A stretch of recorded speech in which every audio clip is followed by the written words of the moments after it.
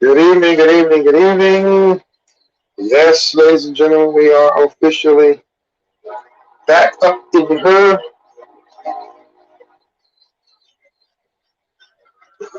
Uh,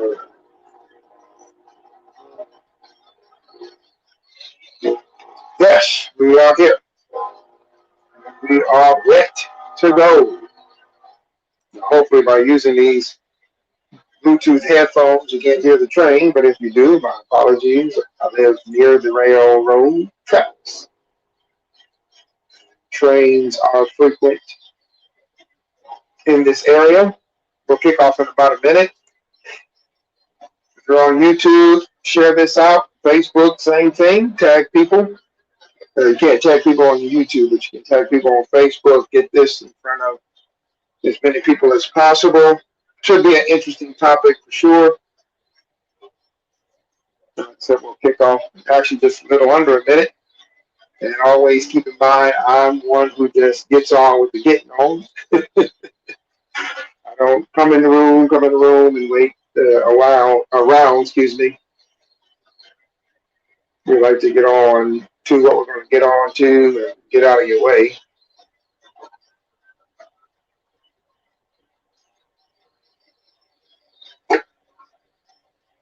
For those who believe in the effectual fervent prayer that is can be offered. We should be praying. My son's classroom, I assume classroom, uh, engaged someone in the class, maybe the teacher that they don't tell you, who came in close contact with someone with COVID. So that means 5 days of quarantine for him. And obviously he doesn't live alone.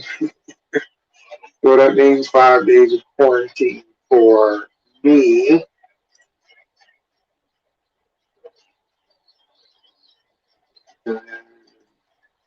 So, keep us in prayer if you would. Be so kind. We'll highly appreciate it. All right, it's 9:01, so I'm actually technically later than I want to be. But let's get rocking. And I pull it up here. Hold on. Try to make sure there's no feedback. But I pull it up. But glad to have you here. We're going to get started here. I want to read the particular part of my posting, and for anybody who's familiar with these Thursday night broadcasts, I try to do a write up so you can have an idea of where we're going to go. And here's the particular part that I wanted to drive home as to frame what we're going to talk about tonight. Yes, we assess our feelings by our feelings. I feel like I am just angry. Here's an example. I feel like I'm just angry all the time. I feel like I'm angered. I'm assessing my feeling, but I feel like I'm angry all the time.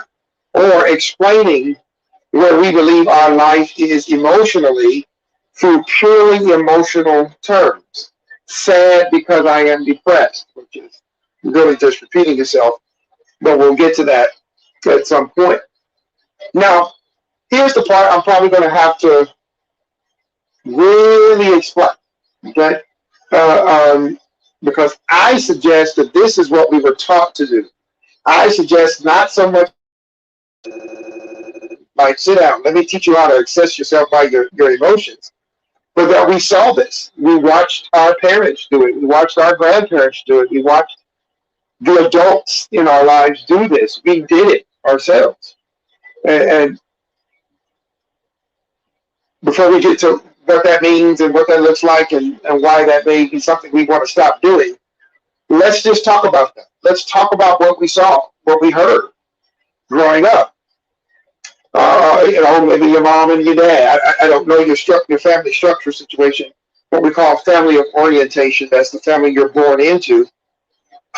But something happens. You come home from school. How was school? Oh, it was okay, which of course is a which is an emotional word. Technically, it's like saying blah. It was okay, you know, and that's often taken. And I know some parents who go a little deeper than that, right? Well, what do you mean by okay? And require a more objective, meaningful, no disrespect, but more robust explanation. What made it okay? And in doing that, that is saying, don't just give me an emotional term to describe the logistics of your day. Go deeper. But for the most part, most of us grew up with, how are things? Good. Good is a subjective term. What does it mean? It is really, in a real way, an emotional term. It's a feeling. It was good because I feel good. So the day could have had all kind of unfortunate situations in it, right? But by the end of the day, if you feel good, what do you normally say? It was good. And that is often, whether you ever thought about it or not, based on feeling. Again, but where do we get that from? We get that from where we come from. We hear other people doing it and we mimic it. And it's highly acceptable in most cases. Where we were now, of course, what happens is we go to the doctor. And we go to the doctor, and the doctor, we think it's just bedside manner. So the doctor says, so how are you feeling? And before we catch ourselves, oh, I'm feeling okay. Okay, but why are you at the doctor? Why did you go to emergency room only to finally get back there and finally get the doctor to come in? And before you catch yourself, I'm feeling okay. The doctor's not asking about your mood. The doctor's not asking about your feelings. The doctor wants to know, how do you feel in terms of your medical situation? Because that's what they're there to handle. But we're so accustomed to offering an assessment, a verbal assessment or mental assessment, and then, of course, speaking from that mental assessment from a standpoint of our emotion, we don't even think about it. And then, I got to do it. And then for we who are Christian, who grew up in this environment of and notion that you can't say anything that's classified as negative, so you have to say everything in a trajectory of positive. Now, you might very well be lying. Yeah, I said it. Yeah, I said it. Because first of all, you're assessing things by your mood, and then you don't want to say anything that sounds like you have a bad mood or a negative mood, or you're in a negative emotional disposition, so you won't even give a fair assessment of your emotional disposition or your feelings. You don't do it because you believe that true Christianity is really wishful thinking or some kind of, I hate to do this, but some kind of a new age thing where you speak your mood into existence, and so you won't say, even when you're doing an emotional assessment of yourself, you won't even be honest there. But that's not what we're talking about tonight. But I'm just throwing that in because it came to me.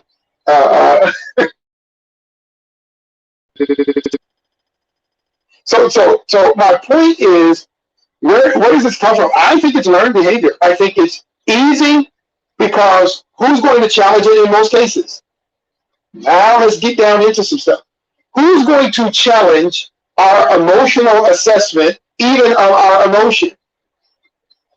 Oh, I'm just a little sad when we do finally tell some semblance of the truth. Oh, I'm just a little sad. I'm just depressed. Okay, that's just repeating what you just said. Well, why? I'm just a little down right now, which is literally saying I'm depressed. And then when you ask them why, guess what they say? Because I'm depressed. Oh, just sad. Okay, but what's the reason? The weather? Didn't get a good report from the doctor's office? Somebody in your family's not feeling well? What is actually the thing driving that sad feeling? But Gabe, sometimes you just feel sad. Okay, but at some point or another, there is some kind of logical explanation. At some point or another, we are not just a pile of emotion. We are not. Why are you so happy? Because I'm full of joy. Okay, and you got that Christian response. Okay, I don't have to have an explanation, Gabe. Okay, but then why are you giving an emotion as an explanation? If you don't have any explanation, just go, I don't have one. I don't have one at all. What I'm talking about is the people who, when the time comes for the explanation for why they feel a feeling is a feeling. What of God brings earth is that? Now, obviously, this is way more serious than I'm being now, but I just want to lay that out so that we understand that's what's happening. We're assessing a feeling by a feeling, and we never thought about it. Now, this conversation was sparked by this chat was sparked by conversation. I was having with a young man. He may be watching now, and I told him, "Man, you're assessing your feelings by feelings." And we'll get into not his conversation with me, but we'll get into a particular term he used, which I think is really speaking to why this is a necessary subject. So, is this strange to say? Yeah, assessing my feelings by my feelings. Yeah, but you never think about that. You never stop to think about assessing your feelings by your feelings. But why? Why is it that we never really stop to think? Let me expand a little bit. Why we never stop to think? Here it is, and you've heard me say this before. If you watch my broadcast, about how we assess anything, especially our life. Why do we never think? Watch this. Ready? About the instrument that we're using for our judgment or assessment, which you already know. Before I'm done tonight, I'm going to have to talk about how we judge or assess. Stay with me. I'm going to keep using the word assess, because if you say judge, like here we go again, people have a feeling about that word. It's just a word, and it has several definitions to it. But if I say judge, people have a feeling about that word, again, probably from childhood, because some judge, you can't judge me. That's a feeling. I can judge you. I can assess you. You can judge or assess. I digress. But the reality of it is, we do this because we're conditioned to do it. And it gets really, really serious when we start assessing real aspects of our life. When we start looking at real aspects of our life, not just our emotions, but our emotions that are sparked by real aspects of our lives, and we still just keep assessing those aspects of our lives and our feelings about those things by feelings. I already gave one, I'm angry. I feel like I'm just angry all the time, and why? Because things make me mad. Okay, well, that's angry all the time. What things? But more importantly, why do those particular things make you upset? Do you have any idea why those particular things? So this discussion really isn't about emotion. It's about what's not being said or what's implied here. So let me say it. What, again, is the instrument by which we are judging ourselves and subsequently judging others. You cannot judge yourself by one standard and therefore not judge another. I dare somebody tell me different. Prove to me differently. Prove to me differently. Do you know how your children judge themselves? By how you judge you, because that's what you taught them. Yeah, I said it. Have you never heard or maybe said to yourself, yeah, that one right there, my son, he's hard on himself. That's just like me. Where do you think he got that from?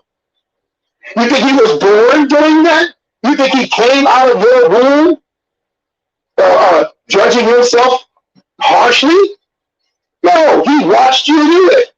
He saw you behaving in a manner, maybe whispering to yourself about something you didn't quite get right. You were working on something and he was there in the room, and your response to yourself, the way you judged yourself, critiqued yourself, was harshly.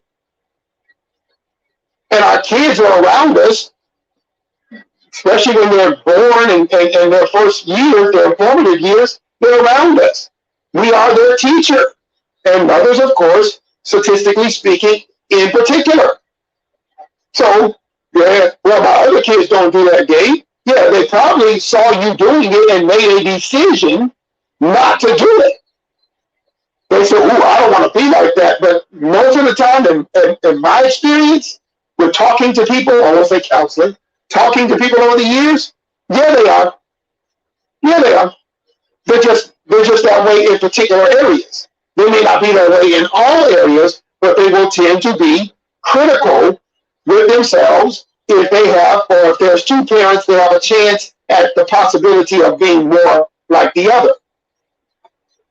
So what you understand is what is the instrument, what is the thing objectively, hopefully, that you're using to make assessments, especially about yourself and subsequently others. Have you ever thought about it? Have you ever asked yourself, how am I basing, or on what, am I basing my assessment of myself? Am I looking at myself, even in the mirror, through an emotional lens? Maybe that's a better way to say it so it doesn't seem so difficult to get to. Am I assessing, oh, let's do it, my weight? My weight through an emotional lens. Weight is a very real issue, a real matter of life. And am I assessing my weight through an emotional lens? I feel fat. What is that? I've heard people say it. You feel fat. What does fat feel like? What is the feelings? What is the emotion? See? I feel an emotion, and I'm assessing my weight, fat. And the word fat is actually used in an emotional way. You didn't know that, did you? You think I was talking just out of the side of my mouth? You're using something as tangible and evidentiary as weight and the term fat to describe your weight, but it's really to describe your emotion. That's why you say, I feel fat. That is not an actual feeling, but you are using the word. Oh, you don't like me now. How about using emotions and looking through the lens of emotions to deal with our money? How about to deal with our relationships? Parents, children, husbands, wives, boyfriends, girlfriends, employees, employers, based on race, whatever the case. I mean, we do it really across the board. Across the board.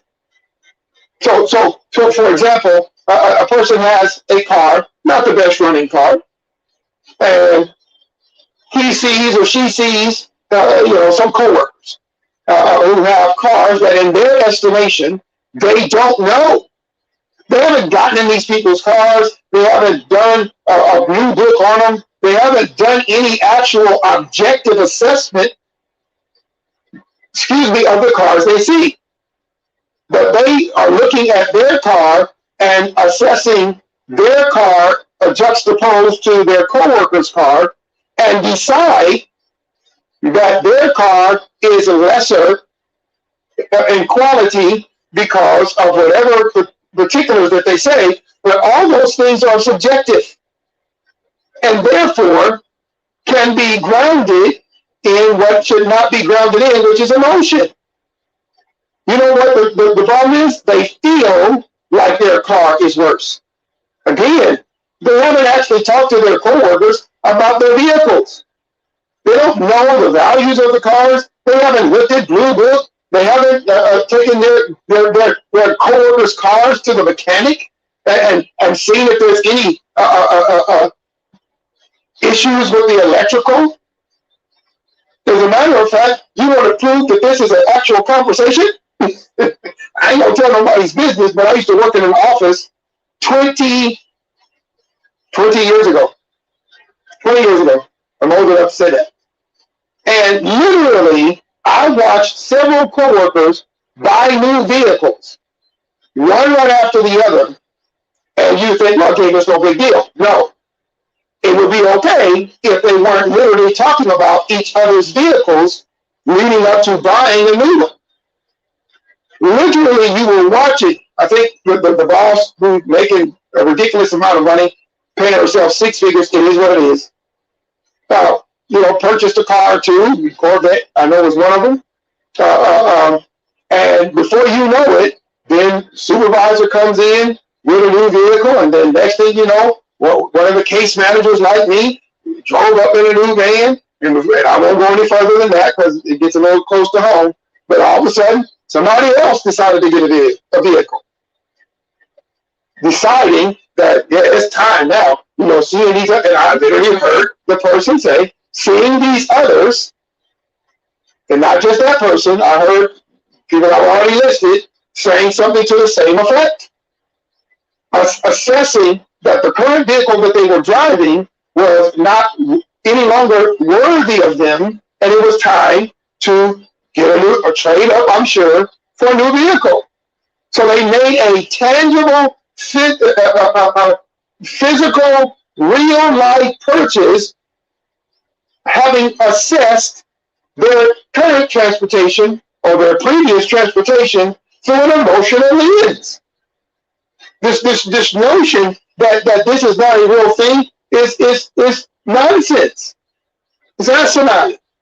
It's ridiculous. This is a very real thing. But it gets far more serious than purchasing a car. How about a house? How about taking trips you can't afford? Because other people are taking trips. Other people are taking exotic vacations as far as you can see. I never go anywhere. I'm going to go somewhere. And because it is not a well thought out assessment and therefore a well conceived plan, it's all bobbled, it's jacked up, it's turned every which way that it need not be turned. It's extremely serious and it can be extraordinarily costly and regrettable, because when it was all said and done, come back from the vacation, everybody else that went with you was smiling and happy, and then you go look at them bills because you didn't want to look at the bills because you were going to go on this vacation because you made an emotional assessment that everybody else was doing something, and my life is somehow cheated because I don't get to go to Vegas 14 times every 5 years or whatever the case may be. Yeah, I said it. And so therefore you jump up and do what you cannot afford to do. And then when the time comes to reconcile with those bills, now you got a whole other set of emotion. What do you do now? But it gets more serious than that, as we know. Obviously, because of what I do, I can't say for a living necessarily, but what I've been doing since the age of 19, and I'll be 48, in ministry, is talking with people. Again, I don't call it counseling, and listening to people. And one of the things they talk about is relational choices.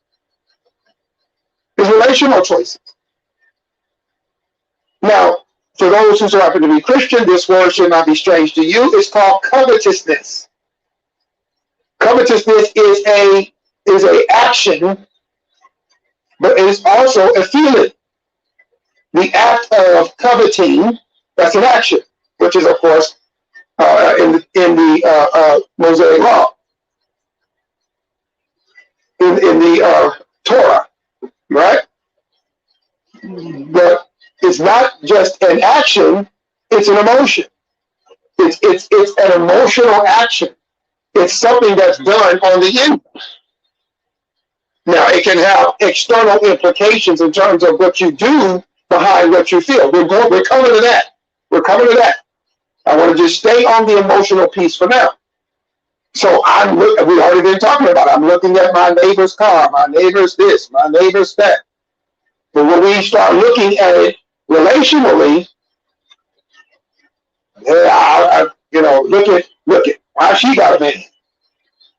You don't know anything about her, or you know the rumors you've heard about her or about him, and you think you know them. Now you might have a really good friend, but for most of the part, when I hear people talking like this, they don't all together know. And you know how I know this? Because I'll ask.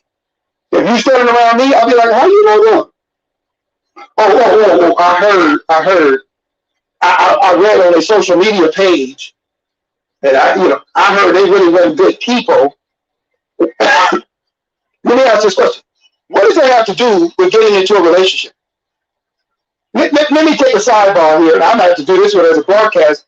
But what does that have to do with getting into a relationship? Did you know that relationships, marriage included, is not based on people being good people? Did you know that? That there are criminals who are married or get married? And I don't mean just, jaywalking. I mean to the bone criminals. As a matter of fact, they get hands on cell phones and they get into these pen pal things and they get married. They get married. Right there in jail. Now, I won't go any deeper with that, but the fact is, marriage is not based on people being wholesome, morally upstanding people. That's not you would like that to be the framework of marriage, but that's not true. So you may be comparing yourself and the fact that they got married, you ain't got married, why not me, and all this stuff. You may be comparing yourself to people who are immoral. And they just simply marry somebody who is as immoral as they are. As I heard, well, I didn't hear the interview, but I read Whitney Houston say it in the Jet magazine. Obviously, this was a long time ago. Long time ago. Her and Bob and Bobby Brown had already broken up, and she's doing an interview. And I'm reading the Jet magazine interview, and she went on to state, see, people think it was Bobby Brown that got me into some of the things I got into. These are her words. And quote, "No, I was already like this." Now, the article opens up with describing a Whitney Houston sitting there smoking cigarettes, which is how they got to that. And this was many years ago. I read the article, 2007, end of 2007. So it's been a minute since I read the article, 14 years, I guess. Now, and the reality of it is, she said no. And she went on to describe that Clive Davis came to Newark, New Jersey, and basically said, okay, she's got the voice, but we're going to have to clean up her image. Whitney said this, have to clean up her image. So she went on to say, I married him because he was a reflection of where I'm from. So, I hope nobody did, but back in the day when those two were together, obviously she's been deceased for a minute, when those two were together, if people were looking at their marriage and go, I sure wish that I did, I can't get a man. They were assessing themselves up against the marriage that Whitney goes on to admit was kind of intentional. Not that she was looking for the volatility necessarily, but she intentionally married somebody who had a reputation, etc., etc., etc. So when we are assessing ourselves through an emotional lens, again, I have to ask the question, where's the objectivity? Our emotions, as you see in the write-up to this broadcast, is largely subjective. We may really feel, as we are saying, because feelings are real, we may really feel what we're feeling, but the question is, on what basis? And again, feelings assessing feelings. I'm feeling this way, and if again I can't explain it, I'll just go, I can't explain it. I'm going through emotional changes just in and of themselves, and I can't explain it. And so let me give some advice, as you know I love to do, early. We ain't even at 9:30 yet. Let me give this advice. Don't take that moment when you don't even, I'm feeling a feeling and I don't know why I'm feeling this feeling. Don't extend that feeling to the concrete thing you're dealing with. Just say, you know what? I'm feeling a feeling right now. I'm feeling some feelings right now. I don't know what's driving these feelings, and just leave it just like that. Because if you're going to insist on trying to nail down why, I'm going to come back and tell you, since I'm talking to you now, you really want to base that on something objective. Excuse me. You want to base that on something objective. Well, my feelings of anger or frustration or being a little pensive and apprehensive is because, let's go over relationship, excuse me. Let's go over relationship. It's because I have had failed relationships in the past. Okay, that's tangible. Now, if you come to somebody like me and you want me to help you through that, we can have an actual conversation about those relationships, and we can look at the places where you feel like they fell apart. We can look at where there have been some strength there, and I guarantee you, if you're open with me, now I can only speak for me, but if you're open and with somebody like me, you will be able to work through some of the emotion. Oh, I'm talking good now. You'll be able to work through some of the emotion that has you pensive, apprehensive, or angry. Sometimes we carry emotions from one relationship to the next, from one job to the next, from one unfortunate or bad experience to the next, as well as good experience. We do. I did a broadcast recently saying the past is not the issue, it's the events. It's the things that happen. I just read recently on somebody's Facebook page, I'm not looking back, I'm not going back to the past. Well, you can't go back to the past. So clearly that's an emotional statement about the fact that obviously some things happen in their past. And I didn't do it, I almost did, but if I was going to talk to that person, I would immediately ask them, so there's nothing good in your past worth remembering? Because all you can do with your past is remember. That's all you can do. That person said, I choose not to do anything with my past. I'm good. I'm going on to the future. On to the next thing. That's goofy. And yet we say, if you don't learn from your past, you're doomed to repeat it. Okay, which one is it? You can't learn from something you avoid unless I'm missing something. So at some point or another, again, I think all of that comes down to a really bad emotional assessment. All of your past is bad. Every ounce of it, every minute of it, every moment, every second of your past is bad. If you think that, ladies and gentlemen who are watching me live or watching me back, not only are you wrong, but if you so happen to be right, I'm shocked you're alive. And I'm not being facetious in any way. How in the world are you still breathing? Because as I said in my write-up, this kind of emotional assessment often leads to what I do for my job, which is mental breakdowns, depression, and as the gentleman said, stagnation. Oh, we in it now. We in it now. So the question was posed to me about stagnation, and I feel like I'm stagnant. And I said stagnation is an emotion. Because if stagnation is not an emotion, then get up and move. Now, obviously, he got the point that stagnation ain't physical.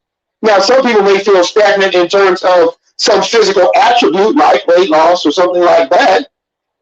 But even if you feel stagnant on your job, I would still ask you, give me an objective assessment of why you feel like you're stagnant on your job. Well, I just feel like, Dave, there's more I can be doing. Okay, you're still using feeling. What more can you be doing? Is this job a job where you can do more? Well, no. Well, then how do you feel stagnant on a job that you can do more on?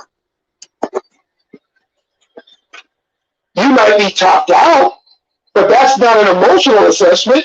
That's a logistical assessment. Okay, there's no promotion because there is the CEO and the supervisor or the manager, and there is no administrative positions, and so I feel stagnant. Okay, but why? Well, because I'm qualified to move into managerial. See that explanation? See, I'm qualified, Gabe, to move into a managerial position, but at this company, I can't do it. Now, you can do something with that. But if you say, I feel stagnant, why? Because I just feel like I just can't do nothing. Okay, you just repeated what you just said in another way. And while this one is an easy example, because I could just go, well, what do you mean you can't move up? There's no job promotion possibility? Oh, yeah, that's what I mean. No, that ain't what you said, though. But what about in a relationship? What about that? What about that?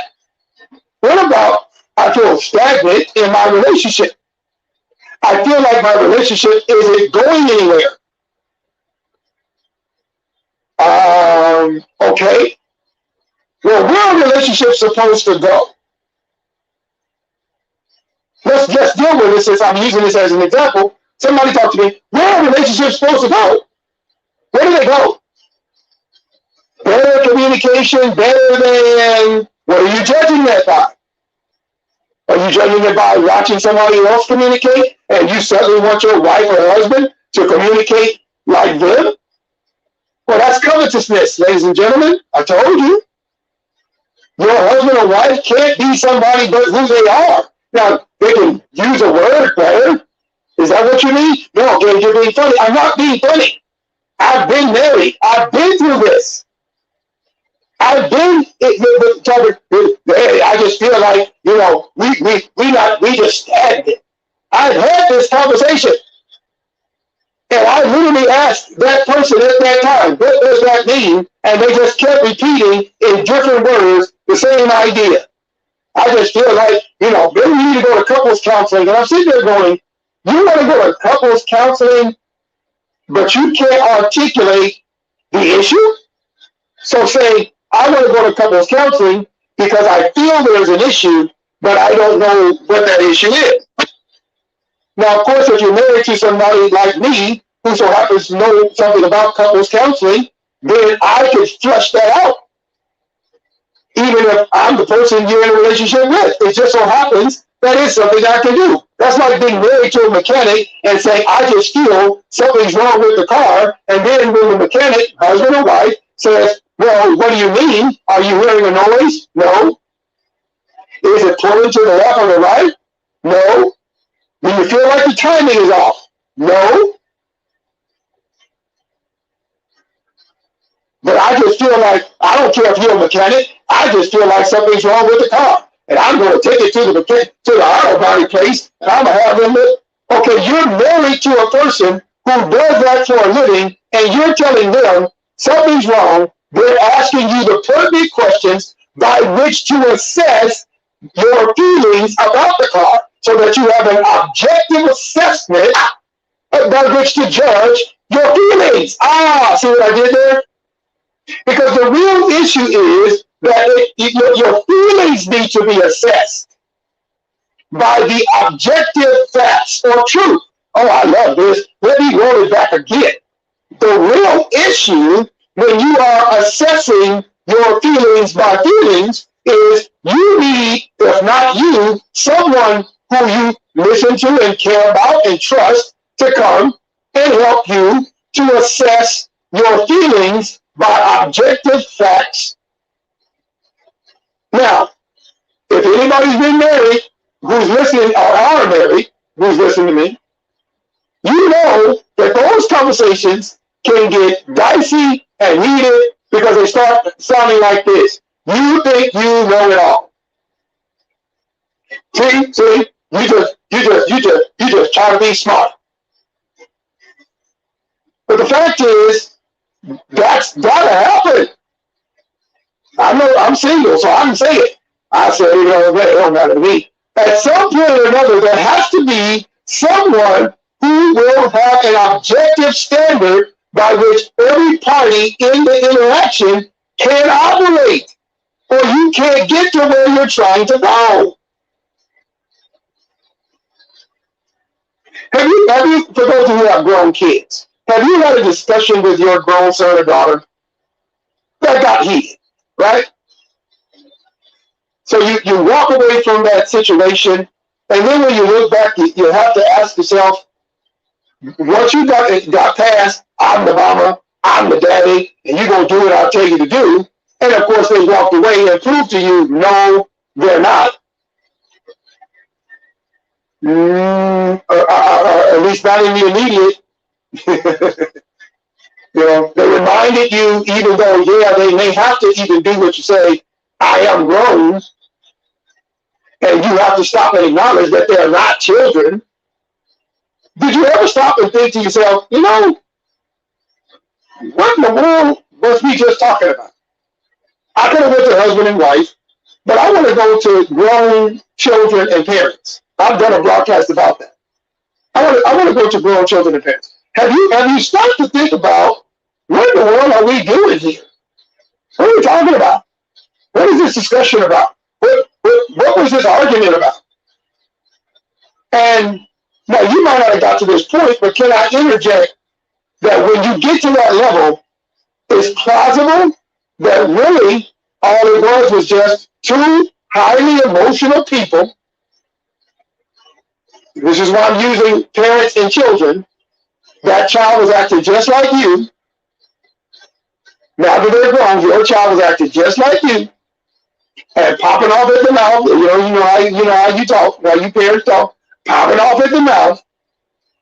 And I'm telling you, you ain't telling me that, and y'all just going at each other, and not once stopping to realize we're just two balls of emotion here, and nothing's going to get resolved because now I'm assessing you by my emotion, you're assessing me by my emotion, and we're telling each other how unreasonable each other is, and we're telling each other about how wrong each other is, and therefore what seems to be we're not listening really is, no, we're not assessing the situation and the conversation by anything objective at all. Oh, I'm going to keep saying it until it sticks in our brain.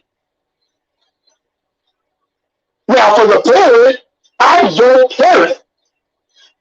You need my money. You trying to use my car. You live in my house. Okay, now that's the reason why you feel justified in your expression. But is that really the way to assess the particular situation? So let's give an example. A mother is talking to her daughter, about a particular boyfriend that she has, and the mother doesn't like him. Now, note what I just said. The mother doesn't like him. The mother saw him. Mother intuition sounds really, really sweet and cute and fun. Mother intuition gave mother intuition. A mother knows. But the moment you open your mouth, oh, I'm going to get all in your nerves now. The moment you open your mouth, your mother intuition might be driving your assessment. But the moment you share your assessment with your daughter, or the moment she shares her assessment with her daughter, mother with ain't enough conversation. It's not enough. So you're sitting there she's sitting there telling her daughter that I just got a feeling. And a mother knows. Now, let me ask this question to prove that I know what I'm talking about. Are you suggesting, ladies, if you believe that motherhood works, that every single mother has a strong, developed mother wit? Come on, are you really going to say that? Because I can give you 5, 10, 15 examples of real life people. I won't have to name names. Of real situations where mothers did not have not only no mother wit, but was abusive to their children. Some of which we can look up on the news, and those mothers went to jail. So to suggest to try to protect your mother with that all mothers have this intuition that is always spot on, oh, you might be convinced of that because ain't nobody going to push back. Well, I'm pushing back right now. The fact is, mothers aren't always right about every single thing, let alone every single detail, unless you are God. You don't really want to say that you're right about everything, unless, of course, you're God. And since you're not God, I would venture to say that once you open your mouth and start describing to your children why you don't think that this particular situation they're in is healthy, you got to do a whole lot more than just simply say, I just got a feeling. I just got a feeling about this one.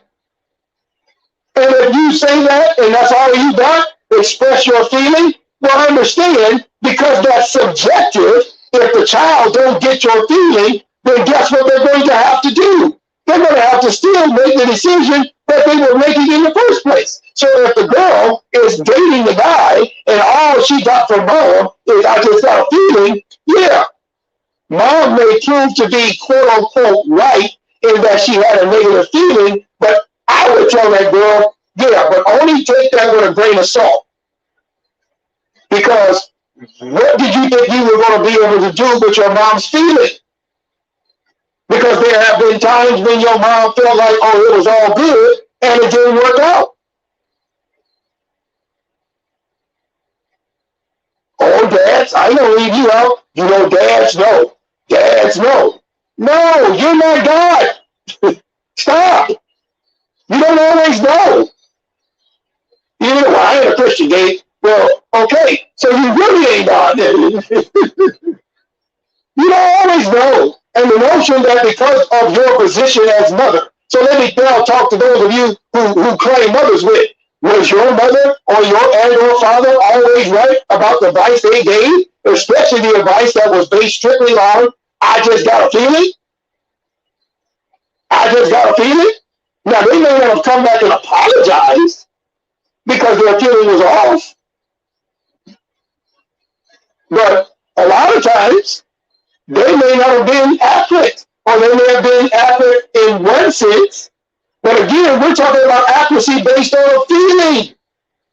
You can do very little with that. Now, some of you trust your mothers and your fathers undyingly. But watch what I do. Watch what I do to you. When mom or dad passes or has passed, what do you do now? What do you do? Once they die, the mother wit dies with them. The father's wisdom dies with them. If they don't give you an actual objective, logistical, factual, truth-filled explanation, when they die, and they will, now you're stuck. And if you don't think that this is a situation that's real, when their mother or father dies, read their social media pages. They don't just list them because they love them. That's my mom. That's my dad. No, read. And what will you see them say? My mom was my advisor. I'm not suggesting that mom only used mother with or dad only used father with. But when they say things like, my mom and dad was my advisor, and now I don't know what to do, I feel lost, they're not lying. They feel lost. They don't know where to go. They are not, trust me, I've had many conversations. They are not lying. And if they didn't develop mother wit, and if they didn't develop father wit, maybe they don't even have kids. What are they going to do now? What are they going to do? They're going to seek out, and I'm all the way back to the beginning, subjective, emotional assessments of their feelings. What else can they do? That's what they know. So now mama is gone. And Mama gave a ton of, yeah, but she seemed to be always right. She seemed to be. You just don't know my mama gave. She was always right. Well, you don't want to say nothing bad about your mama. So you're going to say she was always right. So you basically just called her God. Okay, I get it. Your mom was God. I get it. She was God to you. Now, I know you don't like that because you realize what I just said. But if you say your mom, your dad was always right, you are calling them God. Now, since we know they were not because they died, or they're no longer in a position to give you advice, my concern for you is you are left vulnerable to subjective emotional assessments, which is a dangerous proposition because, as I've already said, potentially, now let's get to it. What are the potential results? Extremely bad decisions because those decisions are based on emotions. They are not based on facts. They are not based on truth. Intentions or understanding to go and look at things objectively. And so you are just going, I feel this way, so I have this husband, I have this wife, but I feel like the relationship is falling apart. And so you just give yourself permission to just stay away and eventually go look at somebody else or just go develop a hobby and just be away from your husband or wife because you feel like, well, I feel like we've been pulling apart from each other. I feel. Well, are you in the same room together? Yeah. Do you sleep together every night? Well, yeah, but that ain't the same. Do you go on trips together? Date night? Well, yeah. That's facts. That's facts. What's the facts? The facts is, well, we still do talk, but I just feel like the talking somehow ain't the same. I just feel like my husband don't love me like he used to. I just feel. Well, give me some facts. Give me some facts. He used to say, I love you every other Tuesday.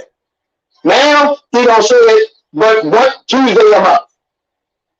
Okay? Well, he used to buy me flowers.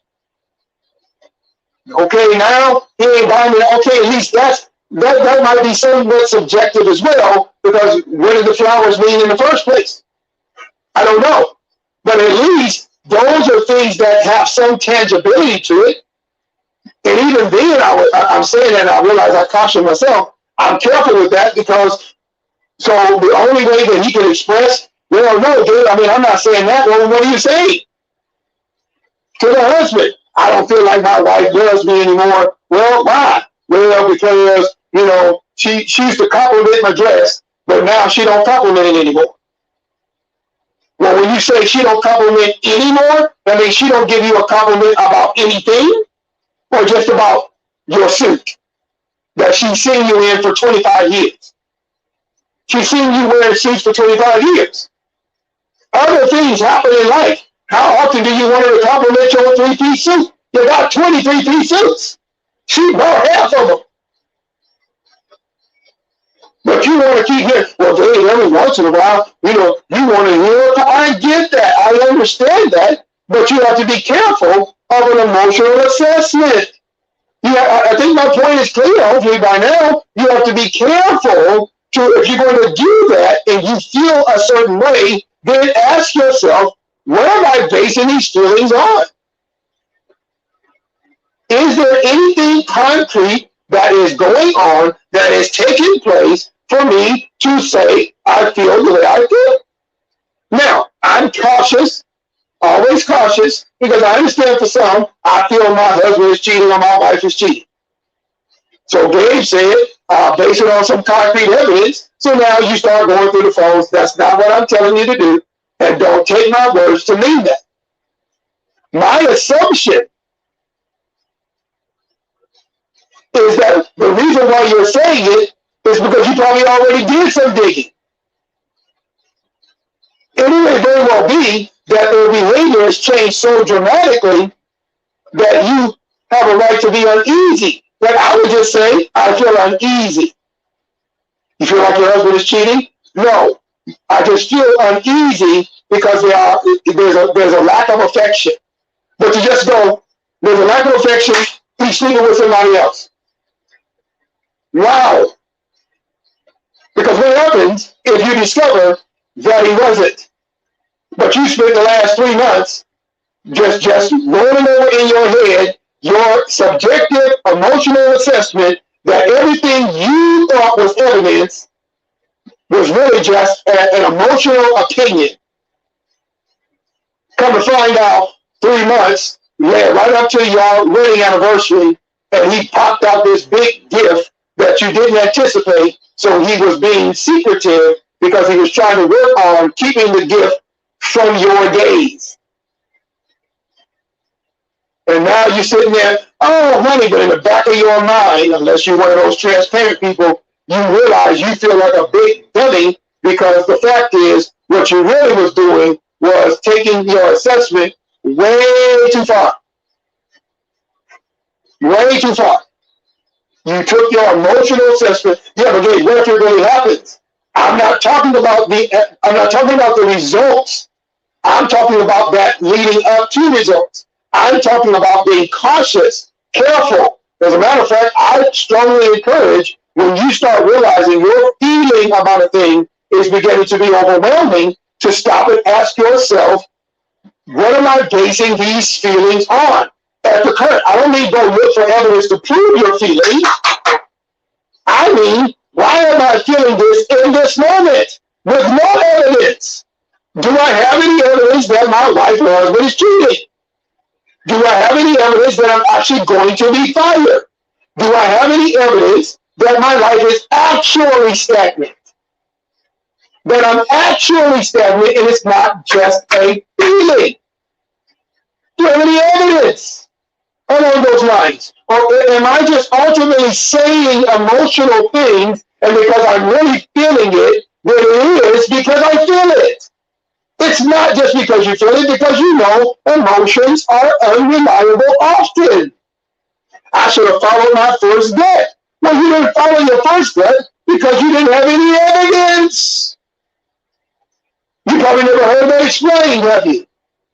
The reason why you didn't follow your first gut is because you didn't have any facts. You didn't have any figures. You didn't have any truth. You really shouldn't have followed anything. You shouldn't have did anything until you got some facts and some figures and some evidence and some truth. Something objective. Something to sink your teeth into. That way, even if you make a bad decision or a poor decision, you can at least say my facts were off. And you can take a look at the facts, the figures. You can take a look at the material and then judge the material and not so much judge yourself harshly. Because you are toying with, and I'm done, depression. You are toying with dealing with a guilty complex, not just a guilty conscience, no, a complex. You have a guilty construct now, where now you can't even, you can't even trust yourself to assess your own children. You find out you're wrong about the lady in the scenario finds out she was dead wrong about her daughter's boyfriend. Her daughter's boyfriend turns out to be a good guy. And you didn't, or she didn't have any evidence. And now, every time she sees this guy, she is living with a guilty complex, with a guilty conscience. Well, that's a whole another broadcast about seeking forgiveness and the need for it because she let her thoughts get the better of her and they got away from her. Shame on her. But what was she basing it on? She was basing it on feeling. She had a strong feeling and it proved to be wrong. Sometimes I know people so stubborn, which is an emotion as well. So stubborn, even when they've been proven wrong over and over and over and over and over and over, they're so stubborn emotionally, they won't come up off of it. They won't come up off of it. They can't. So now, not only are you assessing your situations by your emotions or through an emotional filter, but then you're so stubborn, now you can't come up off of it. And you're potentially ruining one relationship after another. I ain't talked to my kid in 10 years. 10 years? Yeah. Well, why? They get caught quiet on you. Well, her now husband, I told her I didn't like him. Something about him I didn't like. Oh, okay, well, was it something that he said or something that he did, or is it how he was treating your daughter? No, I just had a feeling. Mother intuition. Well, did it prove to be right? No. They've been married for 10 years now. I got 2 grandbabies that I love dearly. I ain't seen them. You ain't seen your grandbabies? Well, she probably don't want me to see them because of what I said about their daddy. I still think something wrong with him, but, she ain't going to listen to me if she feel like I was wrong. So you're going to end up not seeing your grandkids who are 9 and 8 respectfully because you don't want to come up off your stubbornness. And again, you're assessing things still in the rough. So you decided that your daughter is unreasonable. You just don't know her. No, the one who needs to assess themselves is you, ma'am. You, sir. You need to assess yourself. Is there such thing as stagnation? Yeah. Stagnation just means sitting. It's like water, a puddle. A puddle is by definition stagnant, or by nature stagnant. It doesn't flow. Well, it's not meant to flow. It's meant to dry up. There's a point in our lives, ladies and gentlemen, let me just hit this quickly. There's a point in our lives when working consistently is not to be viewed as stagnation. It's just life. When you're going about your day, when you're going about your week, when you're going about your month, when you're going about your life, why are you assessing that as stagnation? Why do you feel stagnant unless you're comparing yourself to others? Now, you don't like that, so you're going to tell me no, but what else would be the cause of feeling that way? What else? What else could possibly have you suddenly comfortable with your life, drama-free, as many of you like to say, and then all of a sudden, you wake up one day talking about, ooh, I just haven't accomplished anything in my life. What in the world is that? What is that? That's a feeling. That's a feeling that you use to assess feelings. That's a feeling you use to assess feelings. You're feeling stagnant. Now, you might be tired. And that might be, see what I just did? See how I just helped you? Let me guess, you're working a lot of hours? Yeah.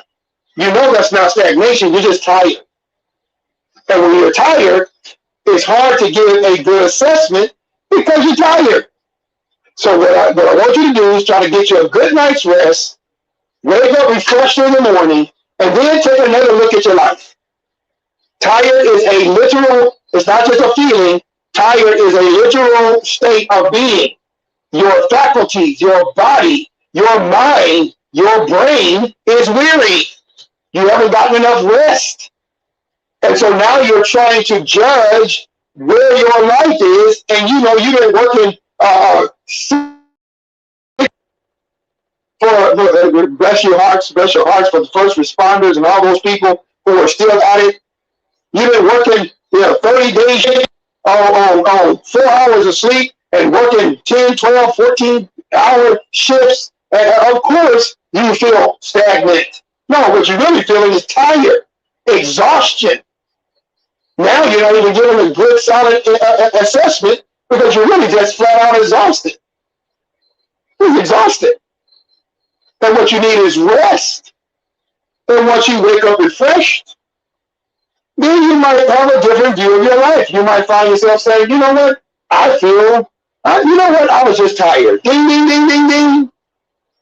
And so the emotions, sometimes you could have just gone through an emotional, oh man, I can keep going. You just gone through an emotional situation. Somebody passed away. You just lost a job. You lost a contract. And this contract was the big one. This was going to put you and your family on the top.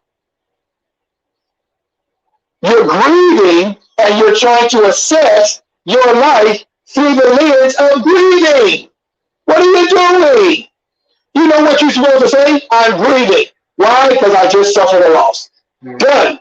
You don't need any. You don't need to go to a counselor. You don't need. You might have to get some medication, such as some melatonin, help you sleep, something like that. But really, once you come to grips with that, you're good. Because now you know you need to embrace the grieving process. And now you may need some help with that. So you may need a counselor or someone like myself, pastoral counselor, someone to talk to just to work through the grieving process. You just grieve it. But I don't say just to minimize it. No. Grieving is a real process. It literally is. There's peaks and valleys in grieving. See that right there? That's legitimate. That's well studied out. There's books on this stuff. So that's a grieving situation. So I'll go. So have you suffered a loss recently? Well, yeah, my dad died, but he was sick for a long time. So, but I'm just starting to feel stagnant. No. Let's not leapfrog over the dad's passing. Let's not just move on because mom was sick for 5 years and she passed away at 93. So you figure you're good. No. That's your mama. And you need a time of mental respite because you are still breathing, even though, yes, everybody knew it was coming. Yes, I understand. But you still need that emotional time because if you don't get it and you keep trying to tell yourself you're fine, you're not. You're assessing yourself as good, I'm okay, because you're the strong one in the family, and you're not okay. Because you just lost your mama. Or your daddy, or you just, you've been working 10 days straight with no break. And you're exhausted. And you just need somebody like me to come and say, hey, what's wrong with you? Get some rest. Or let's talk about it. Let's work through some things. What's my point? If I haven't said it 20 times, let me say it 21. We have to be very cautious of when we start assessing things in our lives, including our very person, our weight, our age, our capacity, our capabilities, whatever it is. And I say this for last, and really I'm done. I've already said it, but let me hear it again, because when the time comes to assess others, whether you want to admit it or not, you're going to, because that's how you're looking at life, you're going to assess your sons, your daughters, your spouse, your mother, your father, your job, your neighborhood, your car. You're going to assess your bank accounts through the same lens. You can't help it. You can't help it. You're going to do it because that's how you've been looking at life in the first place. I'm telling you now, you're going to do it. Because that's how you've been assessing life in the first place. And if you've been assessing your life through an emotional lens, don't assume you can take that lens off. Now, for those who are Christian, I'll leave you with this. Before you help your brother with his little speck, deal with your being.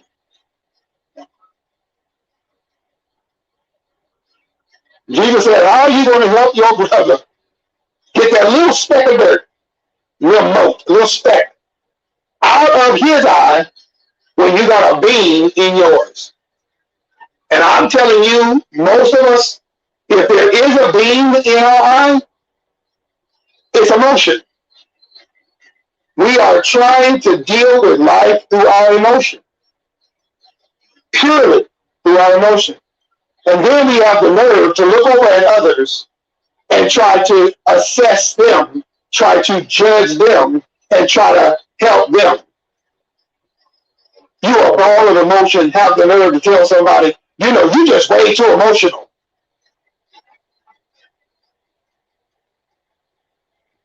would advise you to take a look in the mirror. Or as Mike said, I'm talking to the man in the mirror. I'm asking him to change his ways. We've got to stop doing that and then thinking we can help others when we're purely assessing ourselves through the lens of emotion, and we're trying to help even those who we love dearly through the same lens. If all you can ever say is, I feel, to your children, to your spouse, to your job, I feel this, I feel that, I feel this, you are guilty of what I've been talking about for a minute, or for an hour and 10 minutes. I've been talking to you the whole time. And you'll get up, you might get up, you start watching and go, yeah, I feel hungry. I'm not saying that you don't have a feeling of hunger when your stomach starts growling. I'm not talking about using the term. I've used the term in a context. But I know people just go too far. So I'm using the word in a context. I'm talking about assessing yourself through your emotions. So I feel hungry and your stomach growls. Well, you feel hungry because you are. Your stomach is growling because there's nothing in it. That's even factual. The stomach growls as an indication of your current status. That's something that's logistical. That's factual. But I feel fat. I feel undesirable. You feel that? Based on what? Well, nobody talks to me. What do you mean nobody talks to you? Well, I mean, my kids talk. I mean, my coworkers talk to you. Okay, those are people, right? Well, then you know what I mean. No, what do you mean? Well, romantically. Oh, I've got so many examples. I'm driving my own self crazy.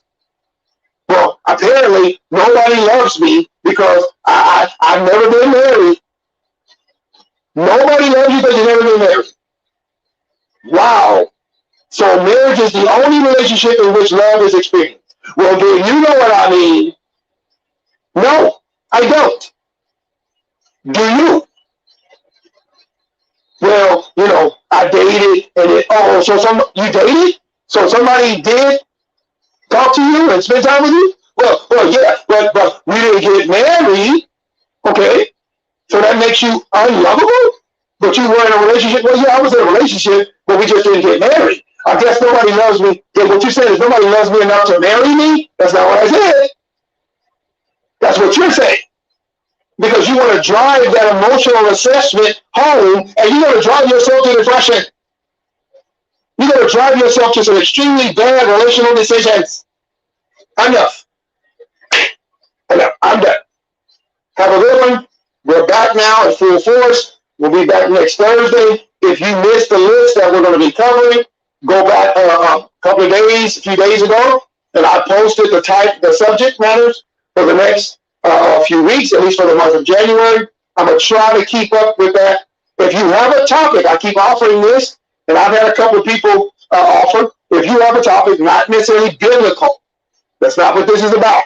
If you have a life topic that you would like to hear me discuss, get it to me in plenty of time. Send it to me on Messenger, and just say what the topic is. Don't send me a video of somebody else doing the topic. No, just tell me the topic. Just say, hey, I would like you to don't send me a video, because I'm not going to sit there and watch a 45-minute to an hour video of someone else talking about a topic you want me to talk about, because I don't want their words to inform on my view. If you have a particular thing that they may have said, because unfortunately, y'all don't do that. If you have something that you think that they said that was wrong, then isolate on that. Okay, Dave, at minute 12 to minute 15, I want you to listen to what they said, and the part I disagree with, they said this. Because I will listen then, and then tell you what actually this is what they meant. Or is it, then we're good. We don't have to do a whole topic. Or I might find that interesting and do a topic. So please, man, please, sir, offer a topic. And when you do, give me the topic that you want me to discuss, because you want me to discuss that, even if it was motivated by a video you saw on YouTube or TikTok or whatever. Now, if I say, well, what were they talking about? Then that's when you send me the video. I'm telling you now, I'm not going to watch it. I'm not gonna watch. I got a lot to do. I didn't get work done with work till 6:30. I have my son, and then I'm on here. So life is busy now, so I won't have the opportunity. But I would love to entertain the topics as you said. That's it. Until next week. Have a good one.